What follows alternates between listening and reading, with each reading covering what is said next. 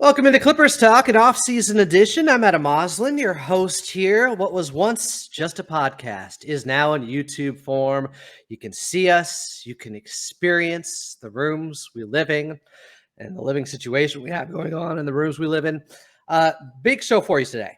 Coming up later in the show, we have another keyword. This time I'm giving out 3. We have 3 shows going on this week. If you have all 3 keywords, then for that final show of the week, which will be with Brian Seaman, you put that in the comments section. It will be a phrase. And if you are first, you will win a Clippers hat. We already had one winner. I believe it was John Rodriguez. I'll get to that in a little bit here. But before any of this, I do want to remind you, if you missed yesterday's Clippers Talk, we had Joseph Ward on. If you missed the one before that, we had Matt Moore on. So some frenemies, if you want to say, some guys that aren't afraid to embrace debate. And we had some interesting ones. Joseph Ward has a love-hate relationship with the Clippers and myself, but it was a good time. Just last night, Matt Moore at HP Basketball, you know what he's about. He'll stir the pot a little bit. And then in between that, I had a 4-minute, but a snappy 4-minute TikTok-like presentation of an Intuit Dome tour that I did with the C&D guys, with Chuck Mockler and Will Updike. It was a ton of fun. I highly recommend you check out that YouTube video. Without further ado, coming on the show today is another friend from the Lob, the Jam, the podcast underneath the 213 Empire umbrella. My first guest was Robert Flom, maybe, 4 or 5 days ago now. Now, one of his radio partners, his podcasting partners, Dr. Shap, is here from the Lob, the Jam, the podcast. Lucas Hahn will come on at some point. He just doesn't know it yet. Dr. Shap, how are we doing? Thanks for coming on Clippers Talk. We are doing well, Adam. How are you? You are very active, my friend. You are all over the place. Yeah, you've a lot of stuff, a lot of content, my boy. Getting active with it, trying to hang with the kids.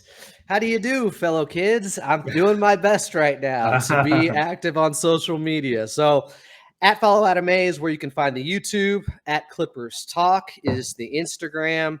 That's also the TikTok. Dr. Shap, I wanted to bring you on specifically for your expertise. Now, I think it's been a bit for a while now. It's been a bit that has been a bit for a while on the Lob, the Jam, the podcast, where they joke about you not being a doctor, even though they call you Dr. Shap.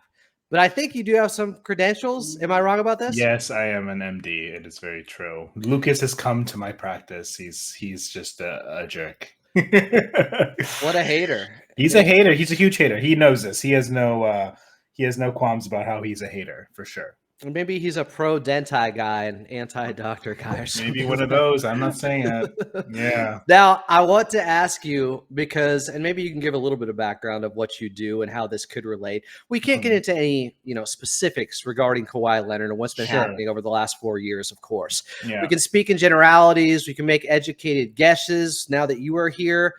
But just what's your field of expertise? And I guess how can we start to get into a little bit of a more in-depth conversation regarding Kawhi and his health situation? Yeah, I mean, I do primary care. I'm like the first doctor you see. Lots of your physicals and colds and all that urgent care type of stuff, and diabetes, hypertension, and lots of knee injections. I love doing knee injections. So it's like one of my favorite things to do: knees, shoulders, hips sometimes. So those are a few things that I do. So we haven't. I have an idea of most things that come through the door. And yeah, I mean, that's kind of what I do. I did back when we were on Clips Nation many years ago, I used to write about people's injuries, like when JJ Redick hurt his back, and I think I wrote something on Paul George when he hurt his knee, and I have an idea about knee stuff and you must have been writing a lot. Yeah, I know. I stopped after a while. I was just like, I can't do this anymore. Yeah. Is it me? Maybe it's me, the LeBron thing. Like, am I causing all these injuries by talking about them so frequently? Because it feels like that sometimes with the Clippers. Unfortunately, they've had terrible, miserable injury luck. They've been snake bit in that area. No one's dealt with it more. No one's more frustrated more than Kawhi Leonard, the leader, the franchise player.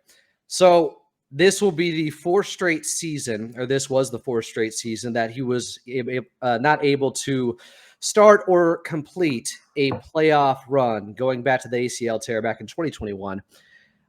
Just what do you think of when you hear, because all we got initially was after that March 31st game against the Charlotte Hornets was that he had soreness at that time. Then they called it swelling in his right knee. Just what does that mean in layman's terms? Is it an overflow of blood, plasma, edema? How do you I don't know, just explain it to a 5-year-old like myself. Sure. I mean, edema is we all remember when Paul George had edema in his foot many years ago, right before he went on that 2021 binge for the playoffs. That he had this foot edema thing, and a lot of people were mispronouncing it. It drive me crazy. I listen to podcasts, people talking about edema like it's just something to talk about. It's another word for swelling. Where do you get that swelling from? It's usually from inflammation. What is he getting inflamed from? Has always been the big question that nobody seems to really tell us. That if I could have my druthers, I would ask directly at a pregame press conference, but I know that's not quite how the Clippers work. It's not quite how Kawhi Leonard works. So my biggest question is, well, if he had this swelling is just inflammation. So what is the inflammation coming from? You know, Lawrence Frank would not go into details on whether or not Kawhi Leonard had a procedure done, which is like, He did give us this one little tidbit, though. He said if it was significant, they would report it. So if he did have a procedure, that means it would have been something minor, because if it was something more serious, they would have reported that, as they have in the past. Right. So, if he did have a procedure, did he have a cleanup? Did he have something? What is a cleanup? Tell me about that. A cleanup is just debris that's laying off of the meniscus. We know that he has a meniscus issue. There's some bodies that just going to need to be kind of moved away. What's causing the inflammation is my biggest question. It's like, does he have another tear? Did he have just like, some bone on bone stuff that's going on? Like, what's going on? Like, does he just have the needs of a 60-year-old? Why is he getting inflamed? So I think that's my big question here. Like, what came about from it? Was it an acute injury? Was it like something random? I have so many questions. And then if they went in, meniscectomies, which is the removal of your meniscus, a part of your meniscus and a bit of your meniscus, people come back from that all the time. Joel Embiid came back from it. Novak Djokovic just won the Olympic gold. He came back for Wimbledon a month later, looked kind of bad, got tossed in the final by Carlos Alcaraz, played him again a month later and beat him because he was moving much better, So did Kawhi have something? And when people have something trimmed, the line between a meniscectomy, which is ectomy, just means removal. Meniscus is your meniscus, Otomy is like an opening. So that's when people kind of do a laparoscopic, which is just essentially you put, a couple of devices in that you can see it easily through your cameras, and then you clean up. One hand essentially cleans up, and the other one kind of sees where you're going. Sorry, that's like a lot of inside baseball. But no. This is easily consumed here, at least by myself. This makes sense. Yeah, so then it's kind of an idea of like, well, what's a cleanup? What's the trimming of the edges of a meniscus maybe versus a removal, which is just kind of a little partial removal of a little bit. What's the difference in recovery time? If he had a repair, which is when a meniscus is sewn together, he would not have made the camp. He would not have made the Olympics camp. He would have been out probably for months, 3 months. Knowing Kawhi, 3 to 6 months would have been very reasonable. If he had any sort of removal or just a cleanup, that's a month, which he did have at the end of, his last playoff game was what? I don't know, the end of April or so? Around there. Yeah. Game 4. Yeah. No, but game 3. Yeah, and camp was well over a month plus away. So maybe that happened. And Frank's like weird jargon about it makes me think that he at least maybe had something happen. Like he maybe had a scope that was a cleanup. A scope is just essentially taking a look at what's going on. If you have inflammation that doesn't resolve for months, then you need to have a scope because that's the only way you'll definitively see what's going on. So, and we're not definitive about any of this information of what could have happened. Reading tea leaves a little bit, as we like to say on C&D. Don't take it as gospel, but I do appreciate and I do find it interesting just the options that are available to you. Yeah. And knowing some of the background with Kawhi Leonard, what could be possibly going on. Yeah. For like a layperson, general idea is if you have a meniscal tear, you often go to physical therapy. You do it for a few months. If you still have pain after physical therapy, then they do a scope and they see what's going on. And that's kind of what happens often if a layperson has a meniscal tear, then they eventually get a little bit of a procedure done and either get cleaned up or a partial removal. Kind of depends on the person, right? You But told me, I remember we were walking into, I think, game 1 or game 2 against the Dallas Mavericks in the first round from the parking lots yeah, together. And you uh-huh. mentioned something interesting to me that I found illuminating. You said just getting older, you're losing meniscus or menisci. Yeah, I have a meniscal tear. I'm almost certain. I haven't had an MRI. It's the reason we don't get a body MRI on people, because you'll have all these little things that pop up. And one of them is, people in their 30s or, they'll have a meniscal tear often enough, especially if you're active. I have a meniscal tear. I'm almost certain from being in like a mosh pit when I was like in my teens, So Was I that Presidents of the United States of America playing lump or something? And oh yeah, she's lump. No, it wasn't that. Peaches, sorry. But yeah, like I definitely have a meniscal tear. I feel it. That's why whenever I play basketball, I wear, I wear sleeves on both of my knees. Big But power balance bracelets, right? Those things yeah, work. yeah, one of those. I hate those. But no, I for sure wear sleeves. I can feel it. They're a very easy clinical test that people do to give you an idea if somebody maybe has a meniscal tear, and a lot of people have them. Like a lot of people have meniscal tears. It doesn't necessarily mean that you can't play on it.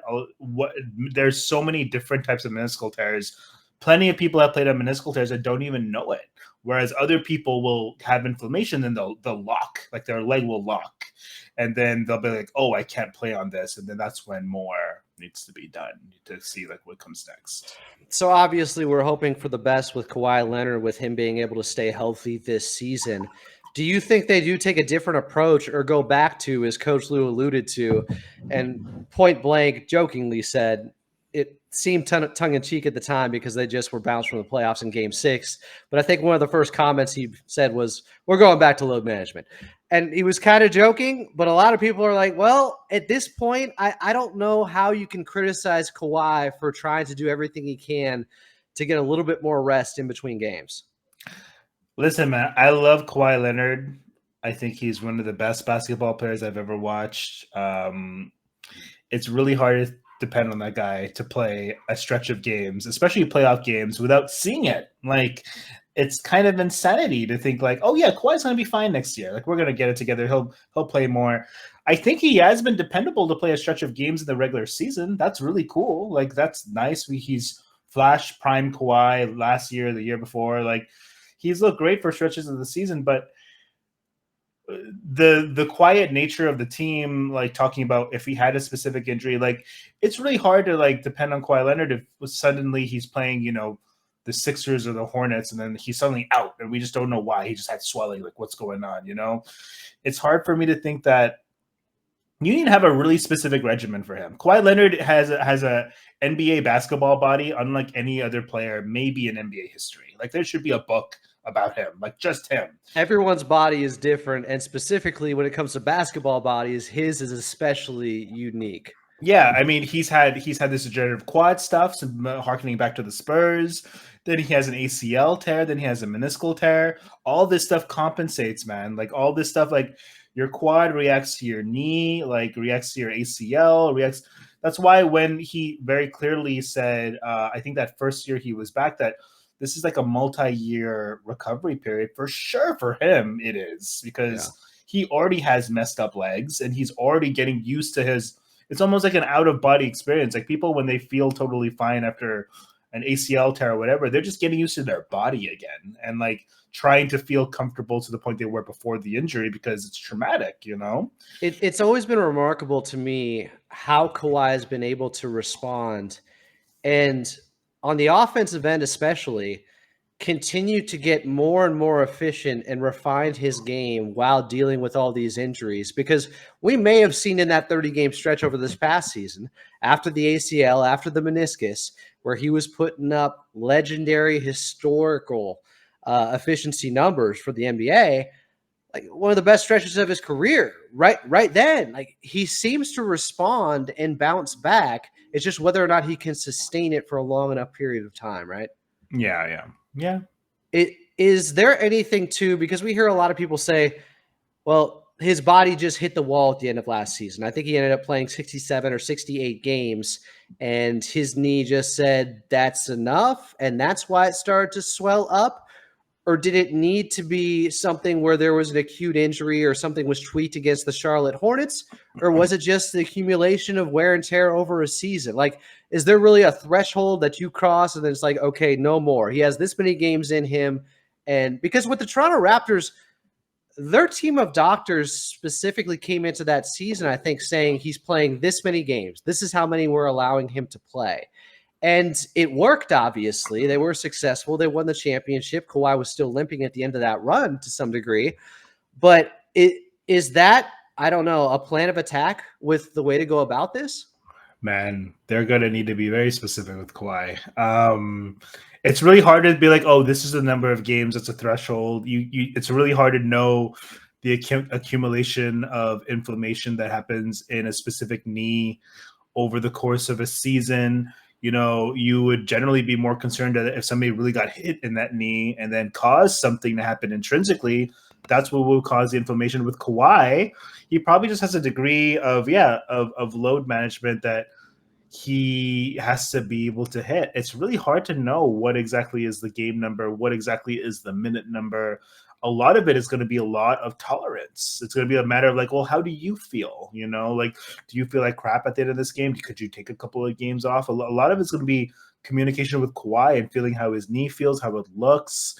Some clinical tests probably they will do like from game to game. Like, I just think it's going to be a lot of like, well, how do you feel, Kawhi? And if Kawhi's like, I'm locking up. Like, I don't think I need to give it some time. Like, that could be it. But like, why is it happening all the time? It's just the tough thing with Kawhi. He's a particular guy, man. And it's conjecture, and we're wondering, but a little bit weightier of an opinion when you come on here and talk about these things from the outside looking in still with Kawhi Leonard. But I appreciate the honesty about this. Why do you think he was left off of Team USA? Because there seemed to be a difference of opinion there with the Lawrence Frank press conference. Team USA put out that press release. They made it sound like a collaborative effort with the Clippers, with Kawhi. This was a decision, a collective decision. And then Lawrence Frank said multiple times, we were very disappointed. And he was sticking up for his guy in Kawhi Leonard. Do you think it was just, hey, Kawhi feels good enough, but they're not willing to wait to see if he continues to feel good? Just from being a Clipper fan and following this team a little bit, I wouldn't be surprised if Kawhi was just trying to ramp up, and just slowly get to where he is and where he normally is. Kind of like, the season before last where he missed some games after that Phoenix game or was coming off the bench very briefly and just kind of trying to feel himself. And I think Team USA was just like, we can't do that. I just like, we need to have everybody ready to play tomorrow. And maybe you're just collecting. Except Kevin Durant, but whatever. Kevin Durant is also maybe the best Olympian of all time in basketball. So he had the points record on the line. There was no way he was going to be left behind. And that's great. Yeah. It was an awesome moment. It just seemed a little bit inconsistent where he didn't play any of the exhibition games. There's a lot of controversy about Nike and all this stuff and politics and Kawhi not being the same political things. And I've seen all the tweets. I'm in the group chats. Like, people won't shut up about it. To me, honestly, like, if you had to be like, well, who should be given the benefit of the doubt a little bit more, especially when it comes to the Olympics, Kevin Durant or Kawhi Leonard, it probably would be Kevin Durant. Durant's an amazing fit. Anyway, we've seen how Kevin Durant fits around other stars. He can just float and he can just be that guy. Like, we saw him with the Warriors. Like, I think Durant is a much clean cut fit as like a star you can put in the periphery versus Kawhi who wants the ball on the block, So to me, I get it. And it lost to Serbia though. Everybody be saying that perimeter defense from Kawhi, they missed it. Yeah, dude, they would have shot. But honestly, the defense really picked up in that fourth quarter. That's what won them the game. Devin Booker was great. They all really picked up. Yeah. I felt like I noticed them on defense more than I noticed them on offense.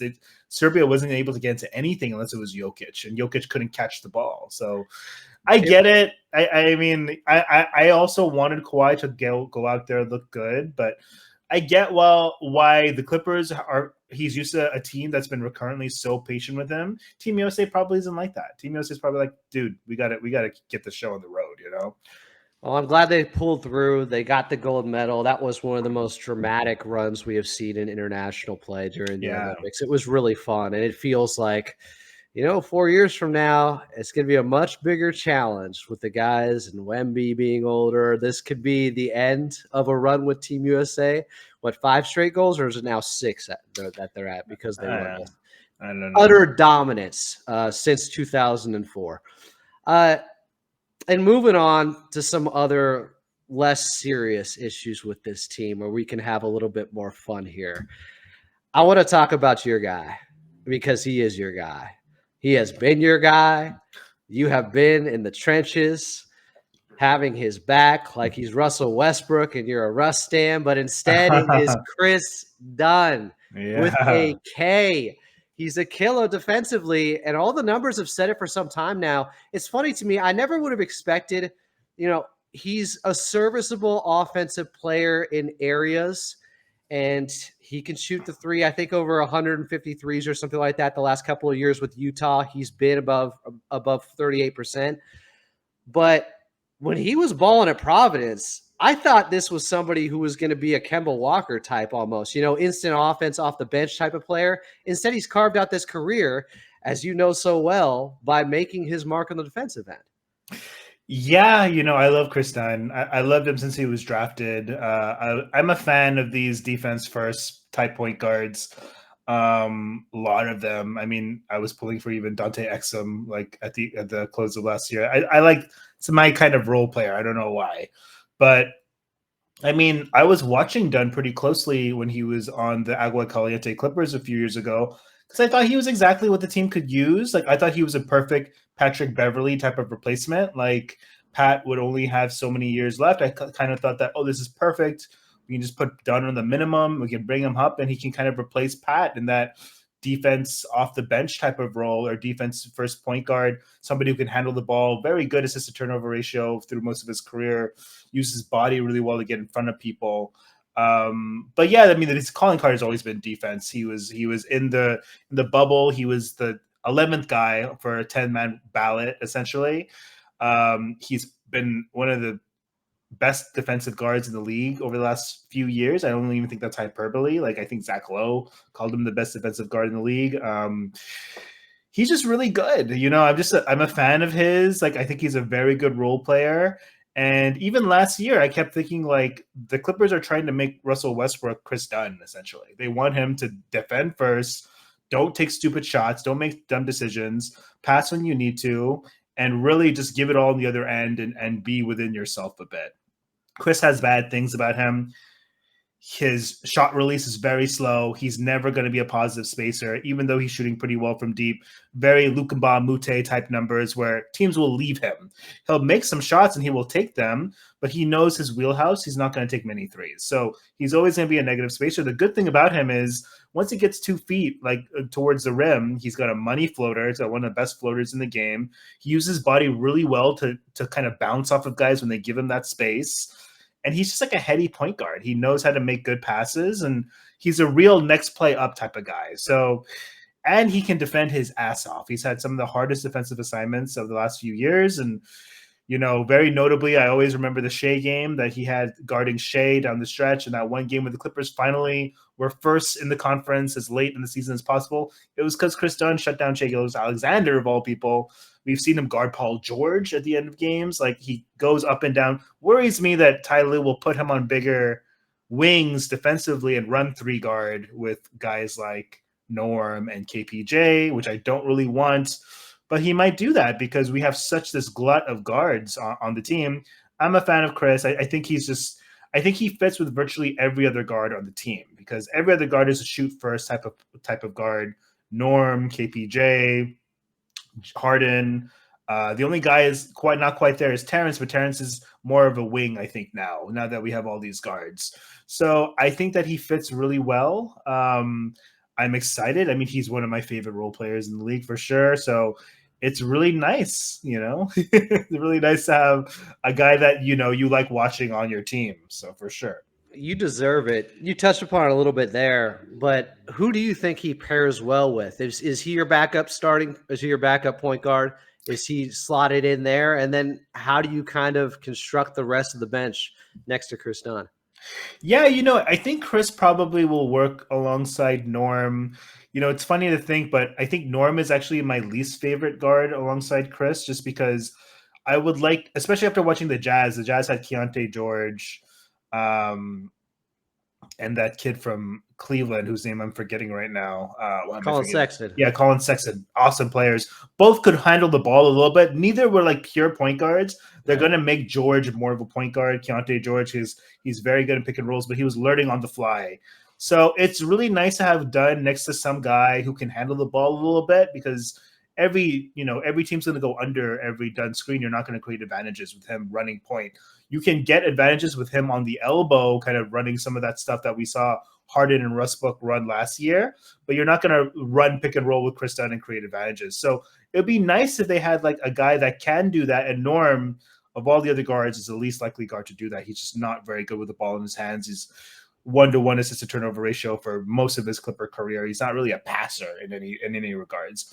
He can come off those double screens, going towards his right. That's something that he can do, but he's not really going to run the offense. Like Dunn would be running the offense, and I don't know. I think Dunn needs to share some of that responsibility when he's playing with somebody, but they might play KPJ with him at the same time. That might be a real thing. So I'm not going to talk about KPJ much because he needs to earn all of his keep, but I do wonder if Ty will eventually just play 3 guard and play KPJ, Dunn, and Norm together. We'll see. Dr. Shap from the Lob, the Jam, the podcast is who you're hearing and seeing here on Clippers Talk. I'm Adam Osland. While I have a moment, the second keyword is hot. The second keyword is hot. One more will be given away tomorrow. You get all 3. You put them in the comment section for the Brian Seaman episode. If you're first, you win a Clippers hat. So I don't know. Could a guy like maybe Jordan Miller be playing next to Kris Dunn in the second unit? How much did he impress you during the summer league? That's another one of my guys, man. I love Jordan Miller. I was watching him a lot in the G League last year. I thought he had a lot of that connectivity stuff. I heard you guys talking with Joseph about Miller. His wingspan is a big deal. Like Amir Coffey has like a 6'7" with like a 6'7" wingspan, and Miller is closer to 7 feet with his wingspan, and it kind of gives him a little bit more versatility. Amir is a guard. Like Amir wants to play shooting guard. Jordan Miller is a wing. Like he can play 3, maybe some 4. So they're a little bit. They look really similar. I think they have a lot of similar stuff going on with them, but I think while Amir is more of a 2/3 and really a 2 because he's a terrible rebounder. I think Jordan Miller, who was a very good rebounder in the G League last year, is more of a 3/4. So I think they kind of take different spaces. They're just very kind of similar type of players as far as, you could put them at point of attack defensively. Catch and shoot type of guys can make the next decision, can attack a closeout. A few things like that, they're kind of similar. Miller flashed a lot of his Euro stuff and his craftiness around the rim and a lot of his foul baiting stuff. Amir has none of that, but Jordan Miller's only been doing that in the G League and in Summer League. So we'll see if he could do that, but I love Jordan Miller. I think that if the team didn't have this glut in the 2/3, then he would be in the rotation already. They just unfortunately don't have that space where I think Amir has earned his keep too after last year to have that spot in the rotation for the time being. So, but I'm a fan of Jordan Miller's. I think he's really the prototypical type of 3-and-D type of guy. I know he's 6'5", but he plays bigger than that. He's longer than that. I think importantly, his arms are long. Amir has short arms. Like it unfortunately affects his ability to rebound. It affects who he can defend a little bit. Like it affects how easily he can defend up. And Miller has had that problem. Miller was guarding Kenneth Lofton Jr. at times, so like he can guard up a little bit. So I'm really curious on how Jordan will guard on an NBA level because he has a lot of tools there. Yeah. Shorter arms help you with the bench press, not necessarily in the basketball court, I guess. Correct. What's the number one thing that Kobe Brown has to do, maybe in training camp, preseason, to show off for him to get another look this season where they give him a chance over a 10-game sample or whatever it is to showcase how he can contribute? Make threes. It's always been the story for him. Do you think he has that ability, or is it still just inconclusive right now? So far, we have like one season, his last season of him shooting over 35%. Other than that, he's been like a sub 35 guy his whole life, including in the G League last year. It's just that last year at Mizzou where he shot 46% or whatever Yeah, it he was. shot insanely well, really good above the break kind of guy. Maybe he needs to get more above the break threes and corner threes. I don't know. It's tough. Like I love Kobe as far as like the little bit of everything he can do, but he needs to hit threes. If he can't hit threes, he's not. Defense is going to hold the team back a little too much. His slow feet on that end. He's not going to be point guard on this Clipper team. If he could be point guard, then he would.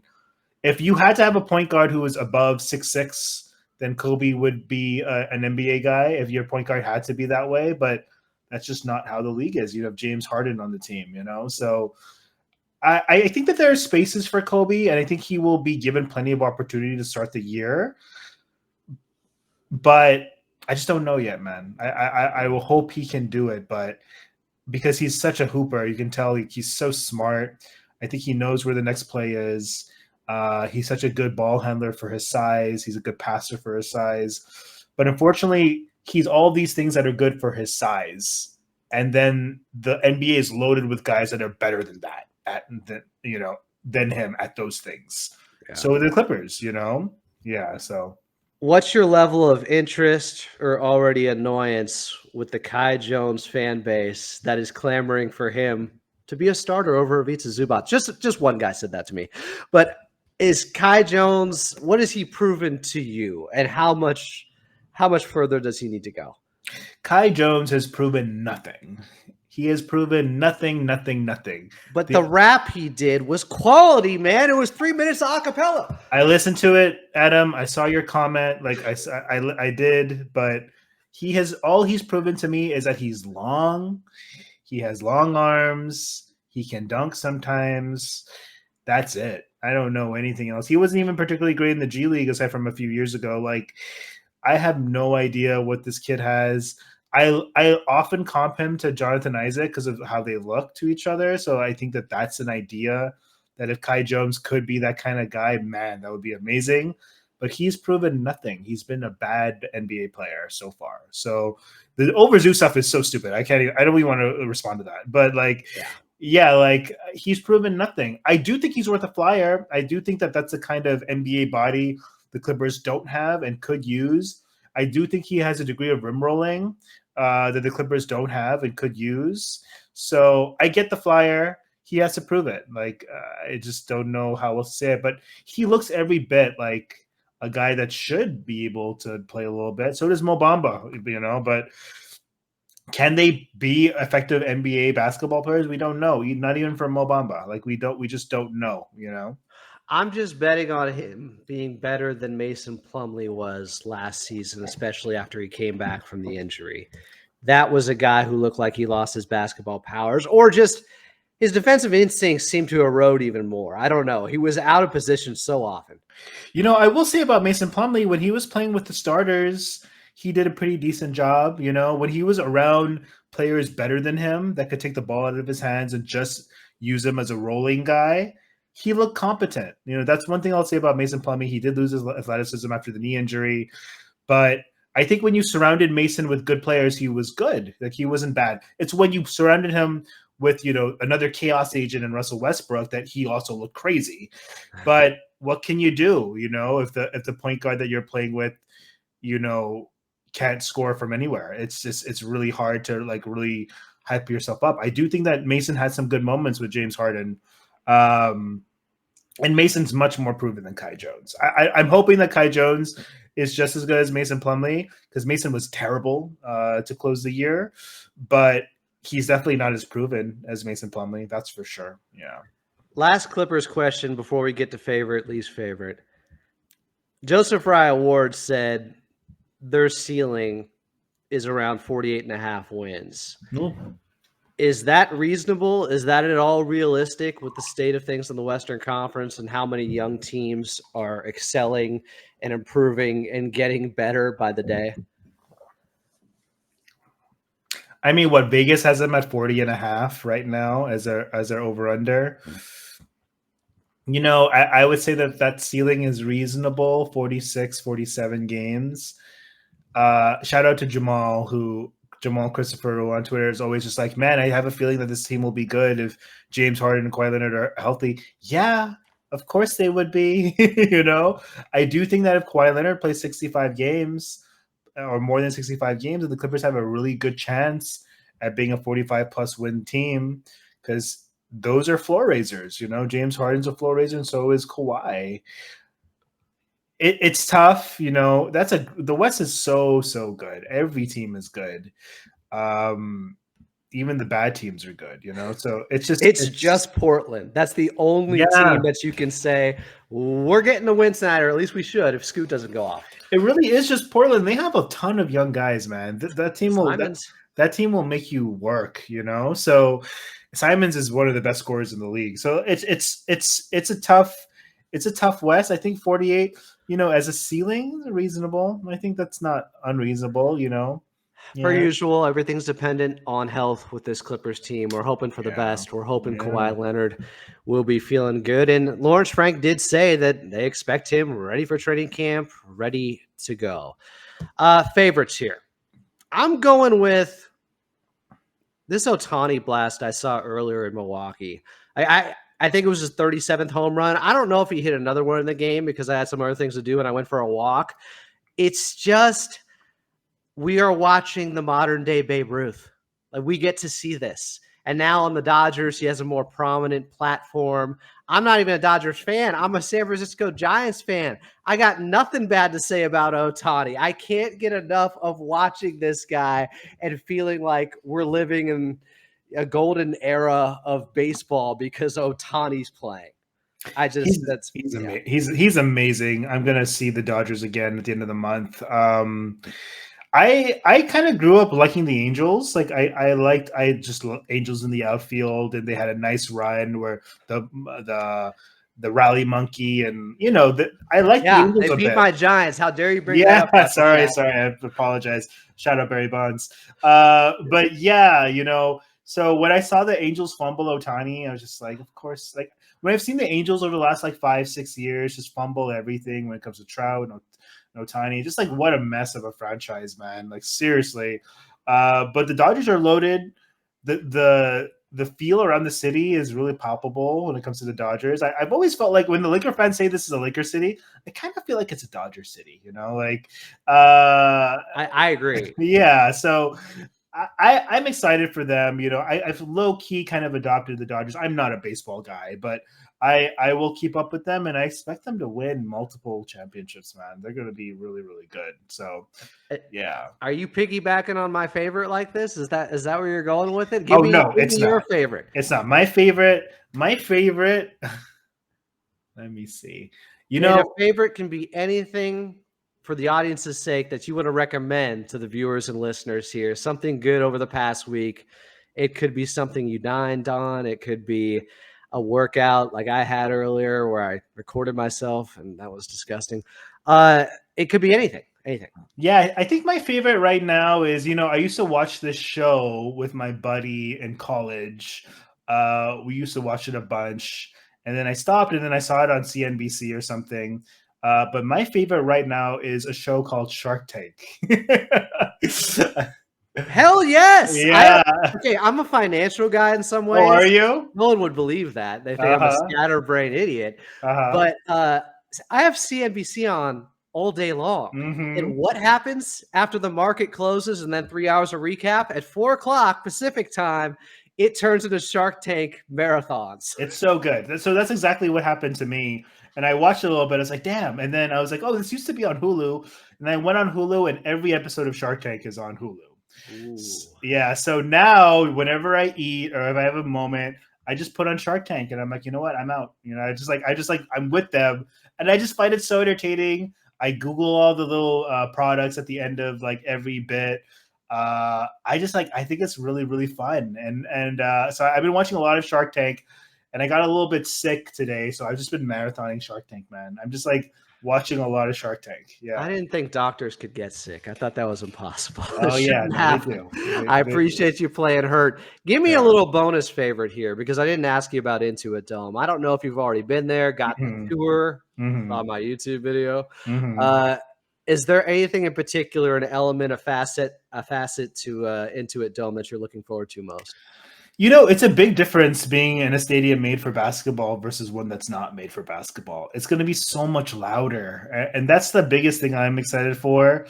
It's just the angles of the state. I have not been into it yet. I should go. It's far, man. But I will go. Worth it. It's beautiful looking. I mean, I saw the average, like one seat compared to the average seat in Staples Center / crypto.com arena.